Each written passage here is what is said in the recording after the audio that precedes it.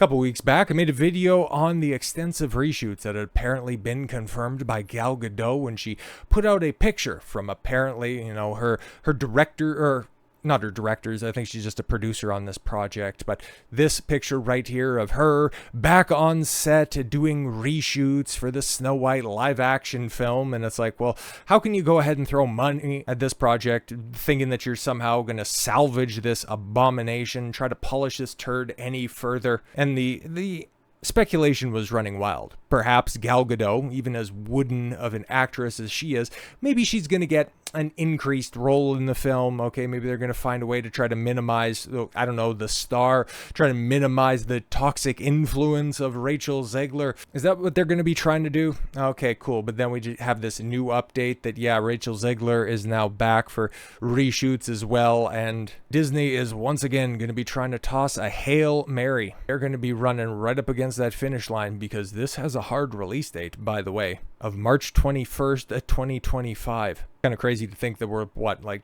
8 months and some change away from Disney's first big bomb of 2025. Hey, man, it's your funeral. Disney allegedly makes massive changes to Snow White during 2 years of reshoots in the wake of Rachel Zegler's PR disaster. Oopsie daisy.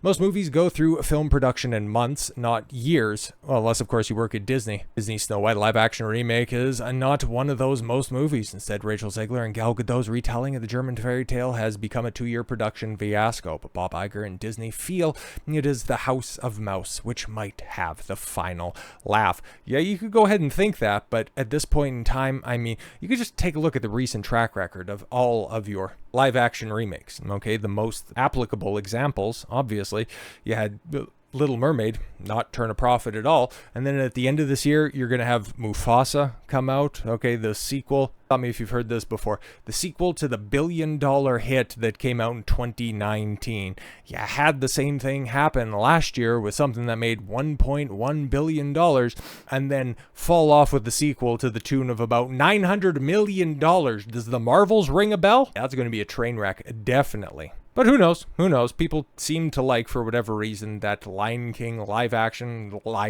in heavy brackets, because it was just as animated as the original. But whatever, people went out and watched it, and nobody talks about it anymore. At the time, they seemed to have a generally positive opinion on it, but the response to the Mufasa announcement has been less than appreciated. I think that's about the nicest way I can put it. But to go through the entire story of how this film turned into a nightmare for Disney would be a very long read, like Indiana Jones and the Dial of Destiny. Remember that came out last year? There was an Indiana Jones come out in 2023. There has been plenty of incompetence, much bad luck, damaging leaks, sassy stars to fail to understand the art promotion. Still, even Indy 5 is dwarfed by just how long actors have been in front of the cameras for Snow White. This film has been in production since 2022. Jordan Arumini, of World of Real confirmed principal photography on Snow White began March 7th, 2022 and wrapped in June of 2022. Well, it seems like a pretty normal filming schedule, obviously. So next year's release will have almost been 3 years after the production has been completed. Oh my god. However, there was additional photography reshoots, done on the film in June of 2023. The goal was to insert flashbacks into Snow White, featuring actress Amelia Faucher as a younger version of Snow White. Oh, we've heard about this before, right? We've heard about how they're going to try to share the load of Snow White by splitting it up with backstory and current day Snow White. Yeah, okay, cool. I'm so glad that you need to go ahead and rewrite this timeless classic in order to make it work for Rachel Zegler. Yeah, it makes a lot of sense. He added, now it's been reported that another round of reshoots are currently occurring in London. This was confirmed by Gal Gadot. Yes, there it was, right there. Okay, Rachel Zegler plays Snow White, is also in London for additional photography. We have the photographic evidence of that as well amidst these delays. Now, the film only has one officially released image, which can be seen above. Yeah, that's the one that's right there, and well, everybody laughed at that at the time when they announced, don't worry guys, because this one's going to get pushed back because of the writer's strike. Right, writers and actor strike. That's what made this very difficult to go ahead and polish, even though everything was done prior to the strike. Don't worry about it. It's totally fine. Everything's great. Don't look at any of the other interviews that Rachel has given, okay? Don't make this any more difficult than it needs to be. And yet, here we are at the same time when it seems we've finally reached the end. Rachel Zegler, the star of the show, has declared production is finally over. Of course, she's also called the Princess Stalker to write the original film on which the entire Disney Foundation is built and fully embraced a socialist liberator narrative that was a part of the full script. Right, yeah, because she's going to be the girl boss to lead the 7 dirty Seattle baristas to overthrow the evil queen because she doesn't need to be saved by the prince. This is not a love story. And fairest no longer means, the most beautiful person in all the land. No, of course not. And Snow White, being portrayed by a half Polish, half Hispanic, I forget specifically where she's from, but the character, the titular character, Snow White, being named after her snow white skin. But we don't have to worry about any of those specifics, right? It's 2024, baby. It's not 1937. It's been 85 years. It's weird. It's weird if you're going to focus on details like that. But as you can see right here, that's her Instagram post rather. That's a wrap on Snow White, and I so freaking proud and emotional.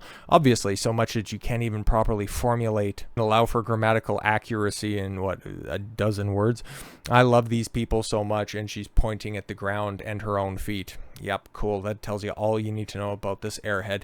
Now, however, a trusted source has reached out to that Park Place with new information, which we are allowed to print so long as we protect their identity. Cool, keep your sources, brother. Nobody's asking you to burn them.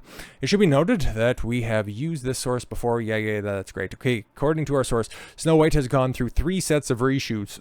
Yo, that's as many, okay, not to be hyperbolic, as Captain Black Falcon America Man. Okay, and does anybody have any optimism surrounding that production? Copy, paste here.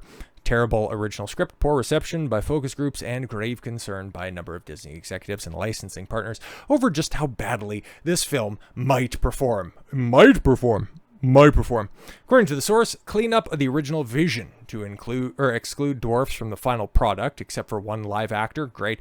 Reshoots allegedly occurred at this point to allow for new CGI dwarfs, to be inserted into a large amount of the movie. Now, we are informed that this is not inexpensive, may have added an additional $30 million to other costs. Great.